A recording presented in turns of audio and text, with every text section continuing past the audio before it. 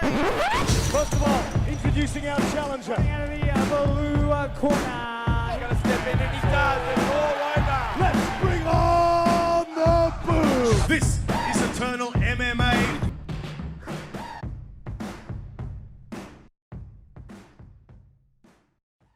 All right, we are back with another edition of the Eternal Insiders Podcast. After a few quiet weeks off, we are finally ramping back up as Eternal MMA kicks back into action for the second half of 2025, not just for the fight cards themselves, but also for some of the fighters who cut their teeth in this organization and are now making some waves on the international scene. And we are talking to one of these men today who is currently competing in the Road to UFC tournament in Shanghai, China, where he won his first match, has since advanced to the semi-final phase of that tournament, where he'll be looking to win, go on to the final, and capture himself a UFC contract in the process. You already know who I'm talking to. Team Compton Training Center's own, the Street Buddha himself, Don Marfan, back on the podcast. Mate, I know this is an incredibly tumultuous time for you with this tournament, man, so we appreciate your time. How are things for you, man, in the lead up to this next fight? It's exciting times. Things are good, man. I'm loving training. I'm excited to put on a show. I feel like I'm kind of like I've got the hang of a little bit like the idea of like traveling and fighting and like all the officialness that comes with it. So I'm very excited. Yeah, I mean, and as well, like pretty much like exactly 3 months in between the first fight and the second fight, right? So, I mean, no downtime for you, I assume, in between the win and then the lead up to this one. I assume it's just straight back into the lab. Yeah, pretty much. Like I took the first week off after the fight just to kind of like let my body deload. I'm conscious of the fact that there are 3 fights in 6 months, assuming everything goes well for me. So although I don't usually like to go full rest, this time I did do a week of like absolutely nothing. I was strict on myself with it. Just to kind of reset the central nervous system. But it's a good amount of time, like kind of 12 weeks in between each fight. Like that's kind of perfect. A little bit of a deload, then straight back into training, but for the fun of it, and then back into camp, the hard work. Yeah, do you find that something that you're sort of like you're learning to do a little bit better at this phase in your career too? Like obviously, you know, the more experience you get, the more gym time, you level up your fight game and your skills, right? But you're sort of learning how to balance, you know, when you need to listen to your body and take that appropriate time off. Like, is that something you find you're developing like as a mental part of your game as well? Yeah, maturity and kind of growing up with this has been a big thing. I think for my first, I want to say like, I don't know, maybe 8 fights. I'd be back training the next day after the fight, and then pretty much every time I got sick, every single time. Like I'd just be so excited from the fight, I'd be like, oh man, this thing happened. Or if I lost, I'd be like, oh, like I got to re-avenge it like in the gym straight away. And it's just no good. Like it's not productive. You end up just being a lot more burnt out than you think, and you're just used to operating at that fight pace if you've peaked your camp properly. So yeah, I'm conscious nowadays, trying to be a little bit cautious going back into training post fight. Good to hear, man. And yeah, we're smack bang in the middle of this Road to UFC tournament. Like we said, over in Shanghai, China. This is your first time at least competing in pro mixed martial arts internationally overseas. Not just for the fight itself, but like what was the experience like for the first fight overall? Like going over to another country and experiencing everything that sort of had to offer, as well as getting into a fist fight while you're over there. Yeah, it was exciting, man. To be honest, I was just kind of quite relaxed all week. I didn't feel... It felt different, especially more than anything, because of the meals. Like the UFC PI do our meals, and they've got like these nice sauces that you can put on your food. Which anyone that's done fight week protocol before usually knows. There's no sauce. There's essentially no flavor. You're just having like some plain chicken, which is usually terrible. But I just kept looking forward to each meal, man, because they make them pretty well. And as a result, it kind of like felt like the week just like went by like that. And yeah, I didn't, there wasn't a whole lot of like overthinking that went involved. I just felt really comfortable going in the fight. How long were you actually over there for in total? Like from the time you actually went ahead of the fight between when you sort of come back? Yeah, so we went there a week before the fight. Yeah. Just get acclimated and stuff. And I ended up staying for a week after the fight, Oh, just cool. to like Yeah. be able to experience Shanghai a little bit. Yeah, and what was that like? You said you got to take in some sights and that sort of thing, and actually like, yeah, not just fly back out the next day, but actually get to experience like, you know, the post-fight, you get to actually chill out a little bit and take it all in. Yeah, man. Yeah. I intentionally knew that like Shanghai was already somewhere that I wanted to like travel to. Like I wanted Cool. to travel to China, and I knew it would help me during fight week at not being so envious at my training partners eating nice food. If I knew that I was going to spend the week after the fight there, Sure. and it worked. And then man, I loved eating a whole bunch of different food over in Shanghai. I loved going to the markets and bartering. You know, that was good fun. Oh, Like yeah, I was cool. happy. Hell yeah, I yeah. was happy to be able to be in a haggling match with some old lady trying to bring the price down from $5 to $3. Hell yeah. And I it was like it. good fun, man. That's I so really cool. enjoyed it. Hell yeah. I mean, so you said you like Shanghai, China was somewhere you kind of wanted to go in general already. Like, could you ever have imagined that this would be like your first time like going over there? Like you probably had in your mind when you're young, I'm going to travel there one day, but then you kind of like just forced into like, it's also a business trip as well as like, you know, like for leisure, like, you know, it's kind of all being thrust into kind of one thing. A cool experience for you to kind of do all in sort of one part, I guess, like mix and match those two things together.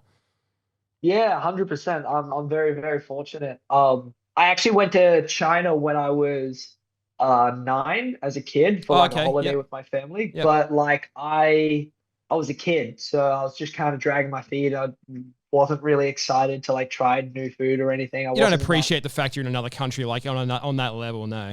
Yeah, exactly. Yeah. So then by the time I was like 15, 16, I was like, man, like I really wish I had have like spent a little bit more time being present and enjoying everything around myself while I Sure. was in China. And I got the opportunity to do that. And like you said, I got to have a little business trip at the same time, which was fun. Very cool, man. Yeah, I'm very, very happy for you. Like, I'm curious too, like with the venue itself, like you can't sort of appreciate it, I guess, from the TV side of things. What was the actual venue like in terms of, I guess, the experience compared to what you've sort of had before? It looked like a bit of a unique setup where it was fans kind of on one side of the sort of the setup, and you know, it's like it's a bit of a different kind of, you know, I guess, experience as well because it's a different sort of set of fans, that sort of thing. What was the venue like and all that sort of thing compared to what you used to fighting in? Yeah, man, it was cool. It was cool. It was in the UFC PI. So it was a small amount of numbers. It was intentionally quite exclusive. As I understand, they only let sponsors or like friends and family of like any of the fighters were allowed to come and watch. Okay. It was cool, man. It was cool. Like the crowd was cool. Atmosphere was cool. Like, yeah, they were sort of getting into it and Yeah, man. Yeah. And then they seemed to really appreciate the grappling, which I thought was cool. that's awesome. Yeah. Like when I scored a takedown, like the crowd went wild, and I was kind of conscious of it at the time. I was like, oh, that's pretty Yeah, cool. they give the Like, applause and they're like, yeah, like that sort of thing. Yeah, Like it's yeah, different to the West kind of thing, yeah. Yeah, the West is a lot more Stand him like up. the reaction. Yeah, exactly. Like the reaction in like when I've like competed in Australia, when I land an elbow is a lot bigger of a reaction than when I score a takedown. Whereas I think it was kind of like the opposite over there. Like it was like I landed an elbow and it was like, Ooh. oh, they were Yeah. all right with Yeah. it. But when I scored a takedown, they're like, oh, this is amazing. They appreciate that which is- technical aspect of it. Yeah, That's yeah, cool. which is really, really interesting. You know, like I didn't get the same advantage I get of like competing at Southport Sharks with like all my home fans and all the guys that already know me. Gets wild there, yeah. But like Yeah. but it was still very exciting, man. I like it, man. And just the tournament itself, like, you know, the road to UFC tournament, I guess, is sort of like one of the more niche ways, I guess, that a fighter would, you know, find themselves getting an opportunity to eventually compete for a contract. I guess like when fans think about it, you know, the typical route is usually like a Dana White's Contender Series, or, you know, you might get plucked by, you know, a scout that, you know, sees something in you without even having to go that route. Like, can you talk to me about finding out that you could be involved in this tournament, and like, what was your initial reaction to finding out this is something being presented to you? Yeah, yeah. Well, the first person that ever mentioned the idea of the tournament to me was actually Elliot Compton. He pointed out to me that the the Road to UFC tournament, which at the time I didn't know about, he was like is could be a really good avenue for me. My style is heavy grappling style. And as I'm sure many would know from like watching Dana White Contender Series, Mm. sometimes Dana just like hates the grappler. Like you could put on a phenomenal performance, and Yeah, if it's too grappling heavy, sometimes he's like, no, I don't want it. sure, yes. Um, like when Jack Jenkins fought on Literally in thought the about the same Contender thing. Series, Yeah, and yeah, yeah, yeah, yeah. they get called him the whole one trick pony, and he Yes. was drenched in the other guy's blood, man. It was Yeah. crazy. Such a good point. Crazy. Yeah. So a Road to UFC kind of like has a bit of a guarantee. It's a win and move forward. Like Yeah. even if you did a grappling heavy style, like it's still what they want. They just want you to win. Um they reward you based on like if you finish the other guy. So like you go in and you end up being on a higher paying contract if you got more finishes throughout the tournament than if you just got decisions. Okay. But that doesn't change anything for me because every time like I'm always going out there with the intent to finish. I never want the fight to go to decision. That's never as enjoyable for me if I do that. No, I think fans that would be familiar with you have never really attributed your style, and everyone knows where you want to take the fight. Like you want to impose that solid grappling, get it to the ground, fire off some of those elbows, the big heavy forearms and everything. But I don't think it's ever been attributed to you that you're like some sort of like lay and pray kind of fighter. Like you're a vicious friggin' grappler, man. Like there is killer in your blood and in your eyes. Like every time you get in there, like it's not like I can't even think of a time. You talk about the Southport Sharks, like when you get the fight to the ground, crowd goes apeshit because they know there's some friggin' damage coming. So the rest of the world's going to find out about that soon enough. And I mean, to a degree, they kind of already have because things have kicked off nicely for you, brother. I want to talk about, too, like the fight that led us there. Eternal 91 versus Tom Pratt. I was fortunate enough to be sitting right on the cage for that particular fight. And this is something I actually talked to Matt Bones on the podcast here about. Of course, Matt Bones, commentator for Eternal MMA.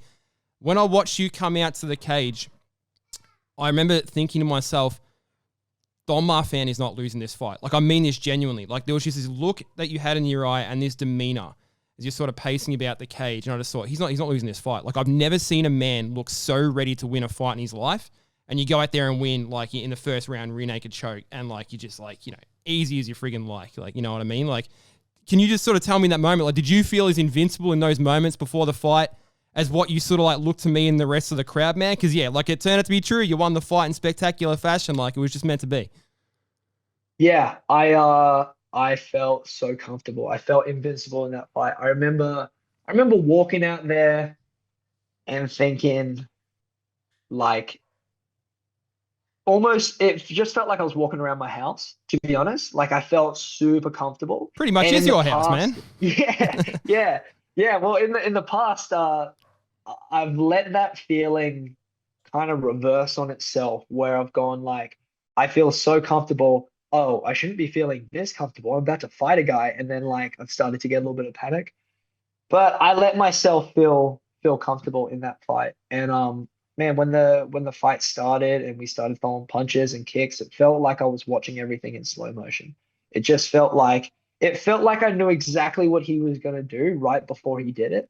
Um, and after a few exchanges, I had realized it. I'm like, oh man, like I've got this guy, absolutely got this guy.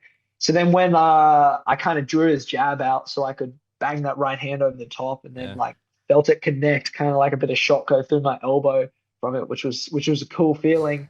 And then the second I got on his back, I was like, oh man, I can't like at that moment I knew that I won the fight, but it just was a matter of like how long it was going to take me to fully get him out of there. Like I was going to finish him in that first round once I got to that position, but it was like, okay, is it going to be within 30 seconds or is it going to be within 3 minutes? And it ended up being pretty close. Yeah, it was an incredible performance, man. Yeah, like I said, like seeing you compete for the first time, like up that close, like just a privilege, man. And it leads you to this point. Like we get you in this tournament, road to the UFC. You get your first opponent. Now you come into this fight as what was it, a 5-1 underdog, I think, in this fight, coming against an opponent who's undefeated, 11-0. From what I recall, I think he had 9 wins by the way of finish out of his 11 wins that he had. You're traveling to another country, all these things sort of considered, and you come out with a dominant decision win. Like, overall, you consider all these factors. I got to imagine this was a very satisfying win. I know we're playing the long game here because it's a tournament, but I'm sure this is one you saved in given the factors that were sort of stacked up against you. Yeah, man. It was huge. That's my biggest achievement of my career for me. I think largely as well, due to the fact there was no footage anywhere of this guy losing at all in anything, So it was like there was no, let me look back to this fight where this guy like kind of took him down and like made him struggle and made him like get stuck on the bottom. Like, I think he got taken down maybe like 3 times across the fights that I watched all of his fights, and every time he just got back up like it was nothing.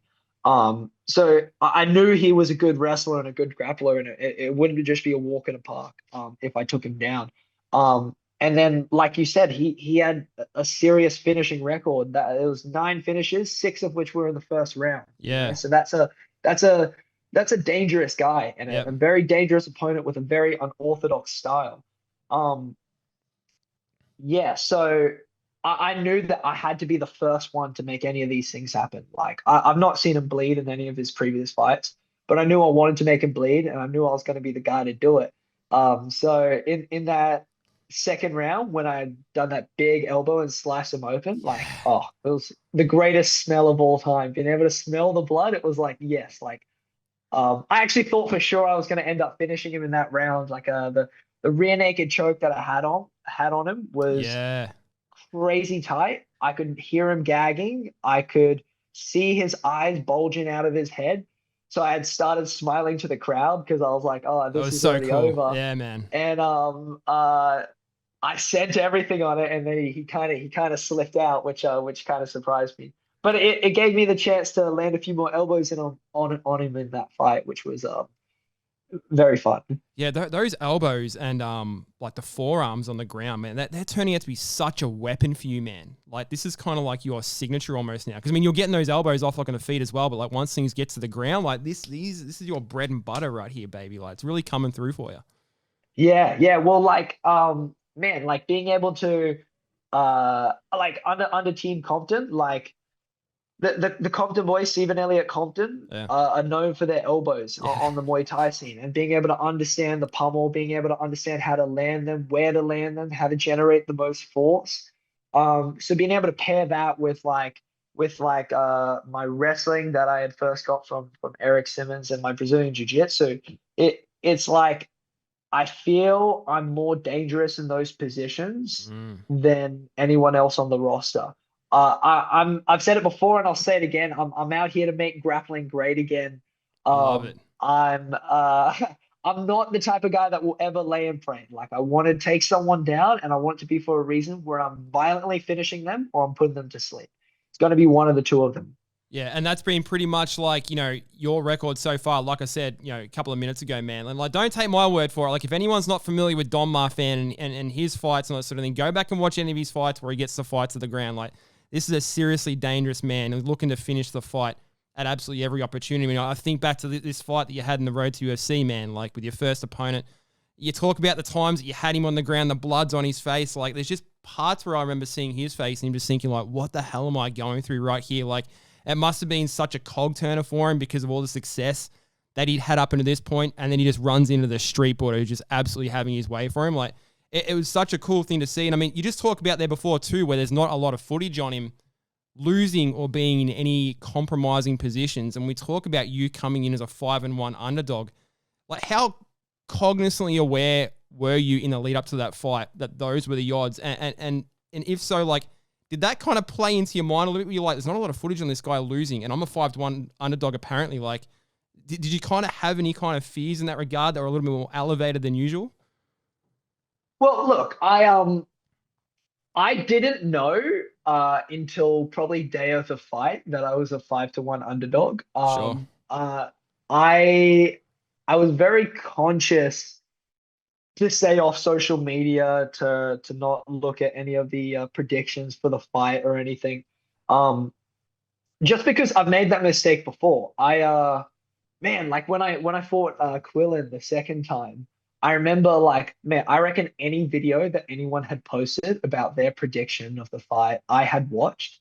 And it's crazy how much I let that get in my head. Like I'd hear someone go like, "Oh, Dom should be worried if he's in this position," and I'd go, "Damn, should I be worried if he's in that position?" You know? And then like it ended up Just like feeds working on into my itself. head. It's Yeah. like, yeah, like it's anyone's perspective that should matter. It's my own and it's my opponent who's in there. Like those are the two most valuable perspectives. Because we're about to jump in there. Um, yeah, and I made it a point not to look at any of that stuff. Someone had actually sent me the odds the day of, which was kind of annoying because I was trying to avoid it. But like by that point, I was already ready to go. But I do make a point of post fight. I went back and I watched every single preview and I loved it. Like big smile on my face, It's a ear good way to to do it. ear. Yeah. I was just staying up all night watching it and I'm watching different people saying, yeah, Dom Fan stands no chance in this. Like Yuji's going to finish him really easily. And I just let it give me power. I just know that like, and I've done that for the last few fights. And it's like, Nice. whenever I feel or I hear someone say something to me and they go, oh, like, I don't know about your chances for this fight. I remember back to that feeling where it's like, yeah, well, other people said it about this fight. Other Yeah. people said it about this fight. And yet I came out there and I prevailed. So yeah, I feel stronger than ever going forward. That's unreal, man. And that's, we talked earlier in the pod about just that maturation in your game and sort of leveling up, like just coming like right at that kind of the right point for you. And that's something cool you can do because it's like you're savoring that best part for like after the fight where you're not kind of drinking all that information in. It's like, I'm just going to wait. I'm going to wait and see what everyone says. And then when, I'm going to hold off right now. I'm not going to, give myself that little bit of a look-see. And then after the fight, I'm going to check it all out. And like that just must be such a cool feeling, man, especially when you come out the other side with a big win like you did. I think like one interesting point too, and I look at the tapology and two things here. I mean, tapology can lead a man astray, as much as the next guy can. But also my math isn't that great. But I look at the combined fights of all of your guys' opponents in the lead up to this one. And I say this like for a lot of these guys and a lot of the opponents your opponent had faced, there's different rule sets of MMA and all that sort of thing where they've competed like 50 times. For your opponents, their combined fight record up until this point in your career before this fight, 33, if I added that up correctly. I've got no idea if you look at the combined amount of fights that your opponent had, but I came in at 229 fights of experience that has faced off against your last opponent. And I think that the only reason that's sort of important is because like you had a little bit less experience than him in the cage, but also the experience he'd also had in the cage was against guys that have had 20, 30, 40 pro fights, like, and not necessarily looking at skill level, but like dudes that have won a lot and all that sort of thing as well. I think that's a massive testament to what you've also achieved at this point. Did you know that he competed against these kind of guys that had this much experience? Yeah, I did know. It's crazy. Almost 230 fights like of experience that has fought against him. Yeah, look, I looked at his record, but when we first got matched, and my coach had actually called me before he even told me the name of the person, just because he wanted to make sure that I went in there with the right mindset in terms of like he said like, hey, just so you know, I think this is a phenomenal matchup for you. If you look at it on paper, before looking at his fights, it can be intimidating. But I think you're going to go in there and kill this guy. And like he was right. I really do believe that the Australian scene is pound for pound number one in the world. Like I think we also have more of a fighting attitude and spirit about us. Like if you look at like some of the guys that I fought, they were all young, up and coming, hungry guys. Like I don't reckon if we had it been in Japan that there would have been any chance that Quillen and I, when we fought for the second time, that would ever happen. Because at that point, we were both kind of prospects. We were both doing really, really well. But the Australian scene is a little bit more like, yeah, but let's see who's the best of them, Yeah. Um, And Japan, it's not like that because I seen this guy with a really good undefeated record, but I also see a lot of other people on the Asian circuit with a lot of really good undefeated records, and they don't seem to fight each other very often. Yeah. Okay, but sure. they do seem to fight a lot of these experienced guys where they're 20 and 11 or they're like 17 and 15 or whatever. But they don't. It's a different thing in there versus someone who's young, hungry, and up and coming. Like some of the guys that I fought, like in my last few, like Michael Stanoff, Quillen, Tim Rogers was 4-0. Tom Pratt was like 4-1. Like arguably all of those guys are all prospects. So like I think in terms of prospects, I fought more guys than him, you know? Like Sure. I think the guys that are like genuine could be making it on the international circuit, I fought more guys like that than that guy did. Yeah, like they're at a different phase of their career. They're hungry, right? Like as well. So you got to Yeah. factor that in. Yeah. Like Yeah, well, they're one after thing about something. you, Yeah. one thing about Yuji, man, was like when I was versing him, and to this to some point as well with when I fought like Tim Rogers, like because they were undefeated guys, it's almost like they don't know what it's like to lose, and I have to like convince them that it's possible in them, you know, like my wrestling coach Eric Simmons used to always run me through drills where he would essentially tell me, he would give me tasks where he'd go, all right, you need to mentally break 4 people today in wrestling. Okay. So like, I don't mean physically break them, but I want them to like, just tell you no more. Like, I don't want to do this round anymore, you know, and they have to go home. Which ended up being a really good skill to have because I got used to kind of being over the top of someone and feeling right when they're about to quit.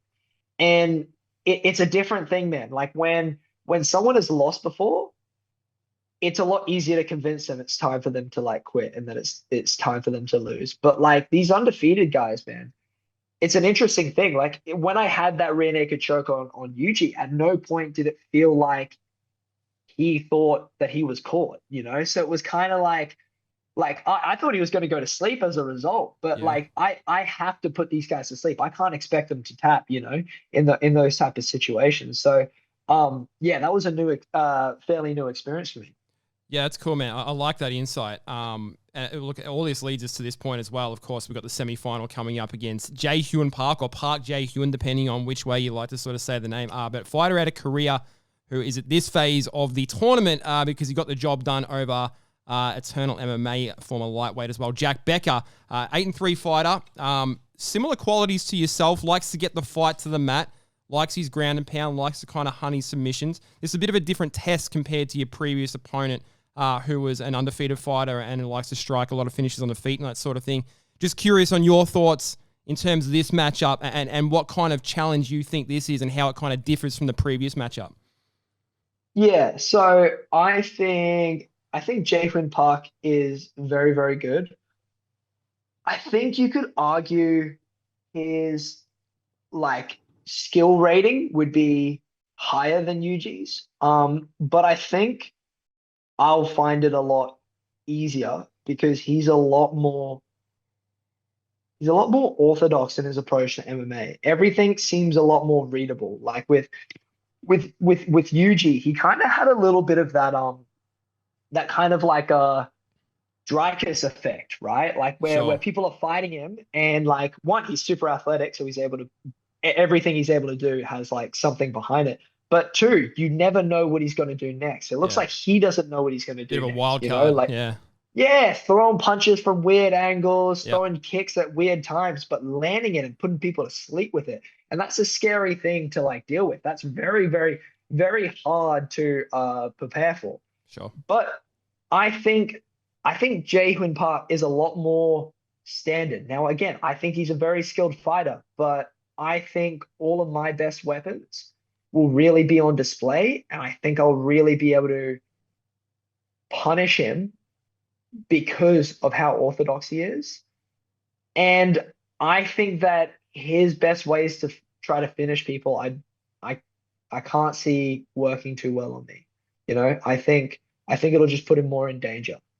Are you heading off at a similar time to what you did? Are you kind of getting there sort of a week out sort of thing? Yep. Yeah, Yep. I'm gonna aim to get there a week before. Yeah. Are you doing like, what do you do as far as when you get over there and you train and everything? Like, do you have like somewhere where you train separately? Like, are you going to go back and do the similar stuff to what you did last time? Like a gym or something that you've kind of linked up with? Well, they let you into the Oh, UFC the PI, you just do there. everything there. Like just, okay. Yeah, Similar yeah. to So America. we just book in there whenever we need to, and they also have like a little training area in the hotel that you're staying in. So that's cool. And if ever we were just doing something small and casual, then we do it there, and then we'd book into the PI if we were going to have a proper session. Um, yeah. So it all works out pretty well. Yeah, cool. I just mentioned there before too, a name, Jack Becker, the man that your opponent now, Jay Hyun Park, previously beat in the recent phase of the tournament.